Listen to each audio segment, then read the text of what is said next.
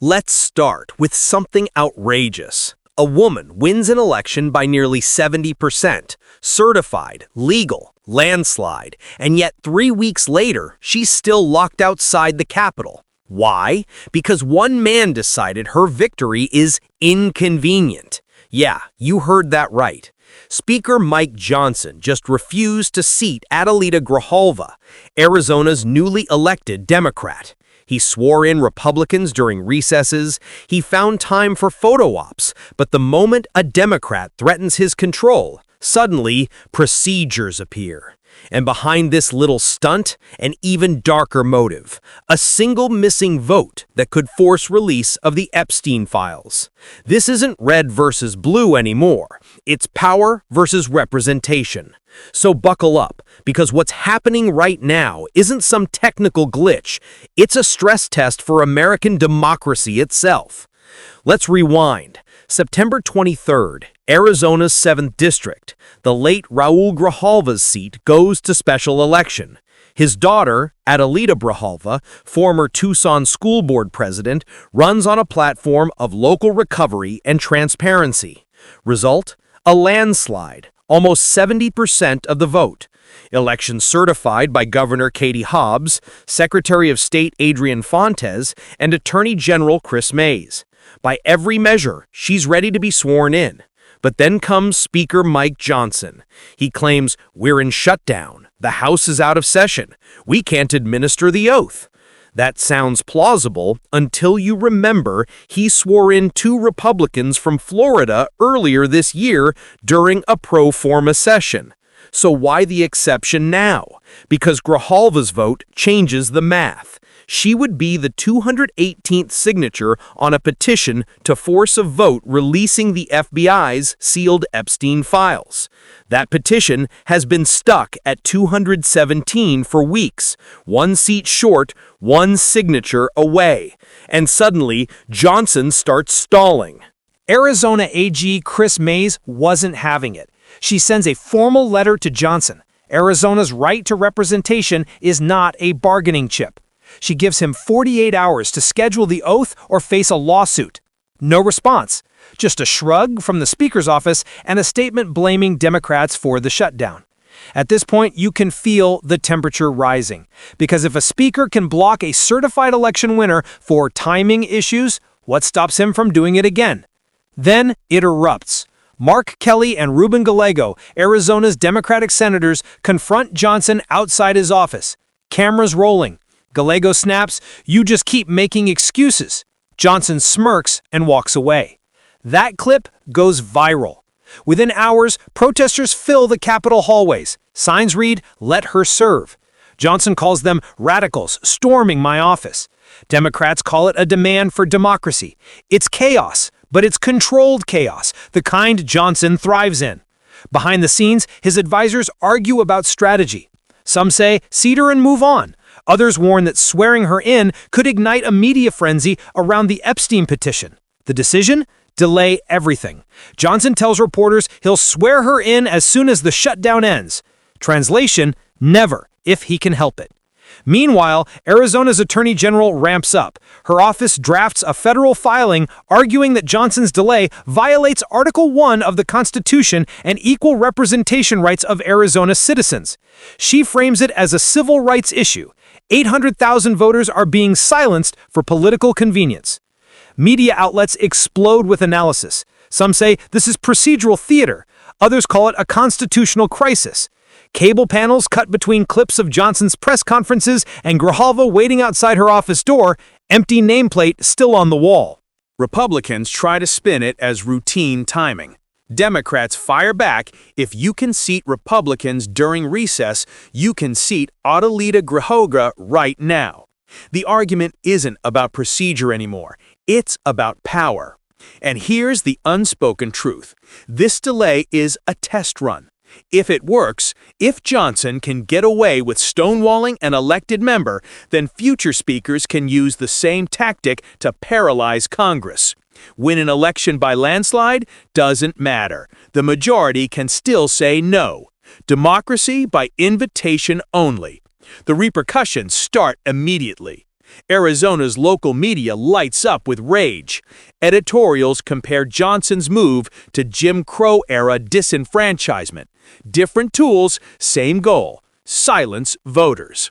Constituents in southern Arizona begin calling offices of other lawmakers, asking, "Who represents us now?" No answer, because technically no one does. Grijalva's staff is locked out of committee work. She can't vote on funding, border issues, education grants. Every day the delay continues, federal resources to her district sit on hold. Johnson's camp claims she'll be seated soon, but soon turns into weeks. Cable pundits start asking the bigger question: is this about Grijalva or about setting a precedent for 2026? Because if Johnson can refuse a Democrat today, what happens when a Republican loses a close race in 2026 and a Democrat speaker uses the same excuse? It's mutually assured dysfunction. Then there's the Epstein angle. That petition is like a loaded gun on the table. Everyone knows it's there. No one wants to touch it. Grijalva's absence keeps it safely untriggered. That's why critics say this isn't delay, it's cover-up. The White House stays mostly quiet, fearing to inflame a shutdown already bleeding public support. But Democrats in the House start circulating a letter demanding Johnson's resignation if he defies the Constitution. Meanwhile, the legal path gets real. Mayes files her notice of intent to sue. Her argument: the people of Arizona are being denied representation guaranteed under the 14th Amendment.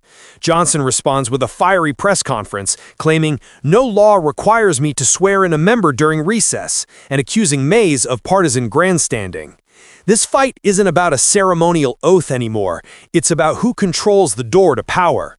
Every day that passes, the story spreads. TikTok clips, Twitter threads, hashtags like Seat Adelita and Johnson Block trend nationwide. People start connecting dots between the Epstein files, shutdown politics, and a speaker who won't say why he won't act. And still, no swearing in. The optics are devastating. An empty chair in the House gallery with a nameplate that reads, Arizona, vacant. At this point, the issue isn't if Johnson will lose, it's how much damage he'll take when he does. But here's the part nobody wants to talk about. What happens if the courts step in and Johnson still refuses? That's uncharted territory. A speaker defying a federal order to seat a member would ignite a constitutional showdown not seen since the Watergate era. The Supreme Court could weigh in, but even that takes time. In the meantime, the country watches an entire district exist without a voice. This is how norms collapse, not with a bang, but with a calendar excuse. Think back to every time in history when rules were bent just this once. Each becomes a precedent. Each weakens the wall that keeps power in check. Johnson's team knows it. They see the poll numbers sliding, but for them, holding off one Democrat is worth the optics if it buys weeks to bury a story about Epstein connections and GOP donors. And here's the twist. This isn't just about Epstein. It's about the principle that one branch of government can dictate who counts as elected. We've reached a moment where representation isn't a right, it's a permission slip from those already in power.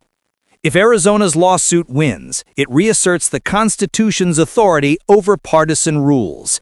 If it loses, it creates a new reality, a speaker as gatekeeper to democracy. That's why this story isn't local, it's national. It's the blueprint for how political control gets normalized under a thin veneer of procedure. So when Johnson says she'll be sworn in soon, he's not just lying to Grijalva, he's testing how much the public will tolerate. Let's game it out. Scenario 1. The courts force Johnson's hand. He caves, swears her in, smiles for the camera, pretends it was never personal. But he's lost the narrative. Grijalva signs the petition. Epstein files move closer to sunlight. The story shifts from delay to exposure. Scenario 2. He cuts a deal. He'll seat her after the shutdown in exchange for Democrats tabling the Epstein petition or other votes. Grijalva gets her seat, but the public gets nothing. A textbook Washington trade.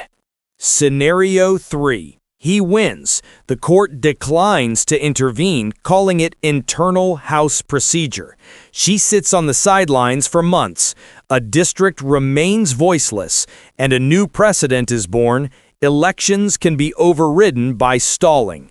Each path ends with damage to institutions, to trust, to the idea that voting means something. So here's my question to you. Is this accountability or authoritarianism in a suit and tie? If a speaker can freeze a certified election winner just because it's politically inconvenient, then what's next? Who gets to speak for you? A democracy that depends on permission isn't a democracy. It's a performance. Adelita Grijalva won her seat. She earned it. The people of Arizona deserve their voice back. But as of today, one man in Washington holds that voice hostage, and the rest of the country is watching to see whether we still value votes over power. If you believe representation isn't optional, hit like, share this, subscribe for the next update, because this fight is just getting started, and the clock is ticking.